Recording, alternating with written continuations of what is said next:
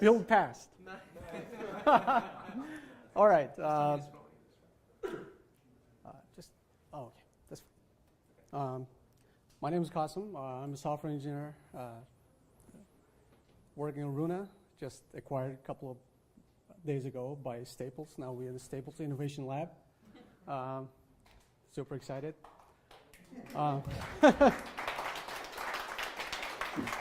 It's also one of the good things for Clojure community, where that means Clojure is being proven, and we need more, always need more Clojure developers.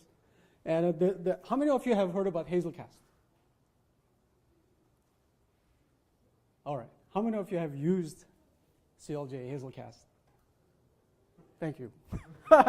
It didn't work. I'm glad you didn't use it. It didn't work when we open sourced it because there are some project dependency that we didn't check in. I just checked them before the talk and made sure that everything works. Right now you can just use it. It's open source. And, so basically, we found the Hazelcast because of our real production need. We had a very high performance application running in some client's data center, about 50 different nodes.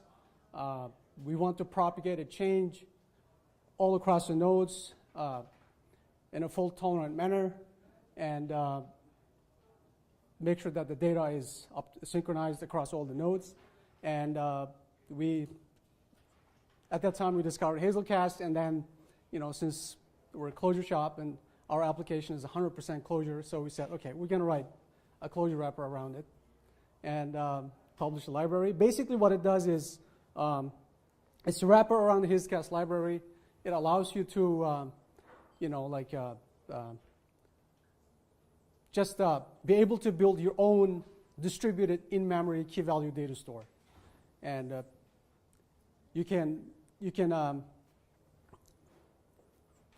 we had a situation where we want to be able to have our data replicated across the nodes, but at the same time, we don't want, we want this request read for every node happens in memory. We don't want this to impact the stringent performance requirement of our application. So what we did is we made a wrapper. At the same time, we made sure that read is always local and write is properly distributed across the nodes.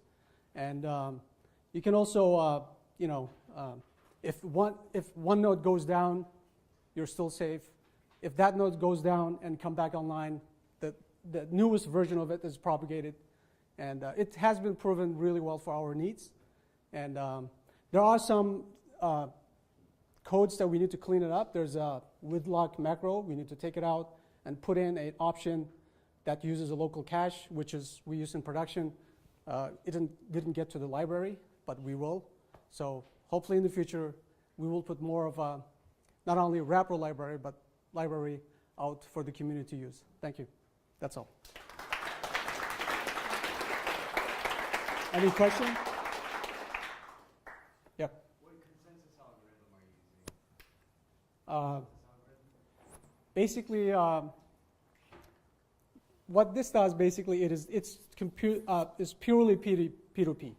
It's just distributed, and there's no we don't really care about the master slave and all the concepts that you were talking about. It's just what we do care is before a node goes down, or when this data is propagated and save it to it, there's also an option that you can actually persist by versioning to a local file system, so that when the node comes back up, is always compare the version that is propagated to itself, and then always make sure that the data is up to date. So, all right, thank you.